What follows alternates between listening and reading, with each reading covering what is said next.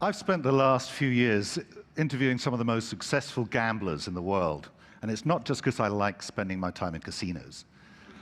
I've got a hunch that there's a special kind of intelligence for thinking about risk and uncertainty, something I call risk intelligence. So, if psychologists study gamblers at all, they tend to focus exclusively on problem gamblers. But that's like studying obesity and neglecting haute cuisine, or studying alcoholism and neglecting fine wines. Not all gamblers are fools.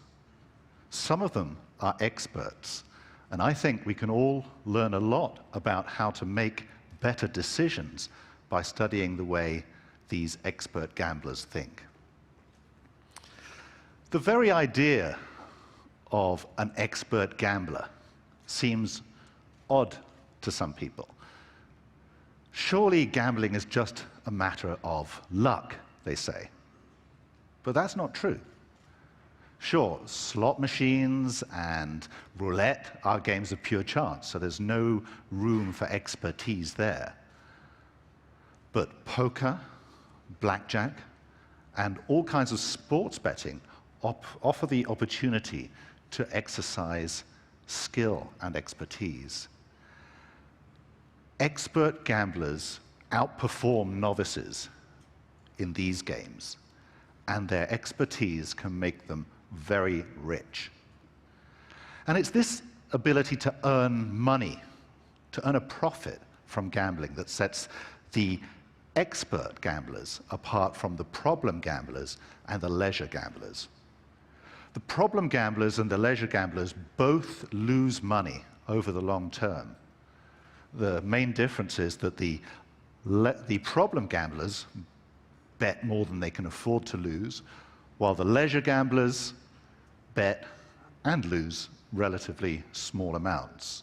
But it's not really the money these people are playing for in the end. It's more the thrill of winning, the adrenaline rush of the game. With the expert gamblers, things are very different. For them, it really doesn't thrill them that much to win. Think of it. If every time you pulled the arm of a slot machine, it paid out, soon it wouldn't be fun. It would be work. And for these gamblers, these expert gamblers, it is more of a cold, rational pursuit of profit that motivates them.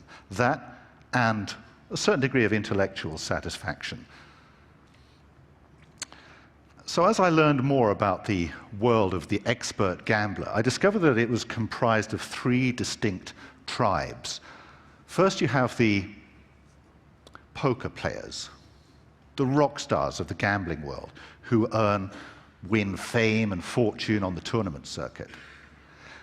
Then you have the poker players, more private, austere, somewhat dismissive of the glitzy celebrity of the poker players. And finally, you have the sports bettors who gamble on everything from golf and horse racing to football and college basketball. And each of these tribes exhibits and requires a distinct skill set. The poker players are skilled amateur psychologists, skilled at reading people, at telling when people are bluffing, and at bluffing themselves. The blackjack players are dedicated, determined, focused systems players without much need for psychological awareness. And the sports bettors can be further subdivided into two distinct subgroups. On the one hand, there are the computerized sports bettors, and obviously what they need most of all is the ability to program. And on the other hand, you have what I call the old-fashioned intuitive sports bettors, the people who do it all in their heads. And those are the people that most interest me. And what got me interested in this group was a fascinating paper I read some time ago by two American psychologists called Stephen Ceci and Jeffrey Leica. And Ceci and Leica, back in the 1980s, fresh out of grad school, They visited Brandywine Raceway, a horse racing venue in Delaware, and they interviewed 30 avid racetrack patrons. Men, they were all men. They went to the racetrack every day of their working lives. They didn't make their money from gambling. It was just fun, but they were absolutely obsessed with it. They would go to the racetrack, and Ceci and Laika found that they fell into two distinct groups. 14 of them were just incredibly good at forecasting the odds, the final odds that would be offered on the horses just prior to the race, which is a pretty good guide to the probability of the horse actually winning. And the other 16 were no better, really, than the average punter. So over the course of 4 years, talking to these guys, studying them, interviewing them, Ceci and Laika figured out that the best way to model what the expert gamblers were doing when they were thinking about predicting the horse's chance of winning the race was to model it as a complex linear equation consisting of 7 variables, each of which related to the horse's performance in previous races, like its average speed, its average finishing position, and so on. But of course, these expert gamblers, they didn't know anything about linear regression. They'd never heard of statistical modeling. They were doing it all unconsciously. In their heads, they knew what information to pay attention to. They would gather the information consciously, but then when it came to mulling it around in their heads, they'd kind of just literally think about it somehow. They didn't know what they were doing, but then out of nowhere, a number would pop into their heads. And that number was always remarkably close to the horse's actual chance of winning the race. And it's that I call risk intelligence. It's that ability to gather information from a wide variety of sources, mull it over in your head, and come out with an estimate, a probability estimate. Now, by now, I hope you're all wondering what your risk intelligence is like. And I've created an online test where you can find out. It's free, and anyone can take it. You just go to www.projectionpoint.com, or just Google risk intelligence, you'll get it. And the test is what it asks you to do. It consists of 50 statements, some true, some false. And your task is to say how likely it is that you think each statement is true, and to express that as a percentage. What we're doing here is we are using percentages to express our own degree of certainty or uncertainty. So if you think that the sentence is definitely false, you'll give it a 0% chance of being true. That means you're completely certain that it's false. On the other hand, if you're completely certain that the statement is true, you'll express that by giving it a 100% chance. If you have absolutely no idea, is it true or false, you express that by giving it a 50% chance. It's 50-50, you've got no idea. You might as well toss a coin. But if you've got a hunch that it's true, it's probably true, but you're not absolutely sure, you would express that by giving it a 60% chance, a 70% chance, 80 or 90, depending on how sure you are. And if you think it's probably false, but you're not entirely sure, you express that by saying it's 40, 30, 20, 10%, again, depending on how sure you are. So when you've done the test, the website figures out a number between 0 and 100, which is your risk intelligence score, your RQ, your risk intelligence quotient. And just as IQ is a measure of your general intelligence, RQ is a measure of your risk intelligence. And the interesting thing about this test, the unusual thing about it, is that you can do quite well, even if you don't know much. And that's because this test, it's not measuring your knowledge, it's measuring your self-knowledge, if you like. It's measuring your ability to know how much you know, and to judge accurately your own degree of certainty or uncertainty in each situation. And that's why I think some of my brightest students often find it more challenging than some of my more average students, because the brightest ones have been rewarded all their lives for knowing stuff, and praised for knowing a bunch of facts, and as a result, they've often become overconfident. And this test punishes overconfidence. It also punishes underconfidence, the point is not to be ridiculously humble either. The point is having the right amount of confidence in each situation, depending on how much you know or don't know in each situation. So how can all this help us make better decisions?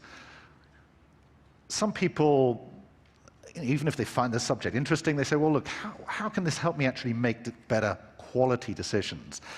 And I think the puzzle for these people arises because we're all used to knowing how to make use of categorical information. If someone says to you, it's going to rain tomorrow, there's no brainer, you take your umbrella. But if someone says to you, look, there's a 60% chance that it will rain tomorrow, what do? Do you take your umbrella or not? We're not really taught how to make decisions on the basis of uncertain information. So I want to finish off by just describing 3 simple ways in which you can use probabilities when making your decisions. The first way is simply to set a threshold.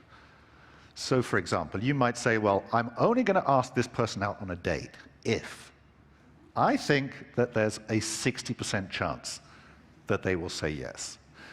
And the great thing about this method is, of course, that everybody can set their thresholds differently at different levels, depending on how desperate you are to go on a date and how much you hate being rejected. The second way to make decisions on the basis of probabilities is bet sizing.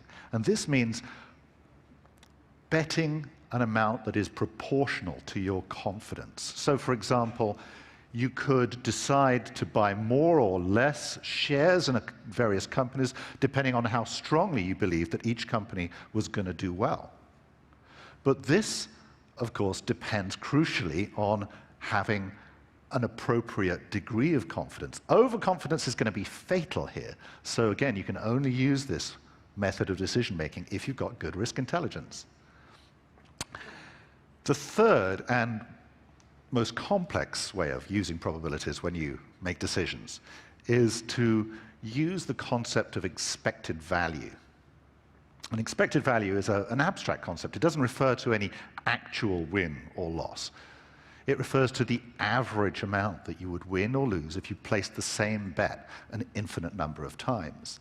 But this ethereal, abstract figure takes on an almost physical nature for the expert gamblers that I've interviewed. When they look at a roulette table or a blackjack game, the expert gamblers don't see the maximum amount that they could win or lose. They're not hypnotized by this like the rest of us. They just see the average amount that they could win or lose per bet, the expected value. That's what really is at the forefront of their mind. And by placing their decisions, as it were, by thinking about this decision in this way, in the terms of expected value, they place their decisions in the context of a much longer time horizon.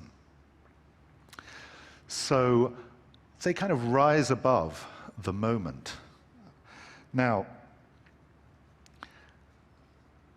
in the long run, as Keynes said, we're all dead. So even expert gamblers are mortal, and they have finite number of decisions. But, despite what the guy said in the video that we just watched before we broke about the importance of, remembering we're mortal, that does have a disadvantage. It tends to make people reckless.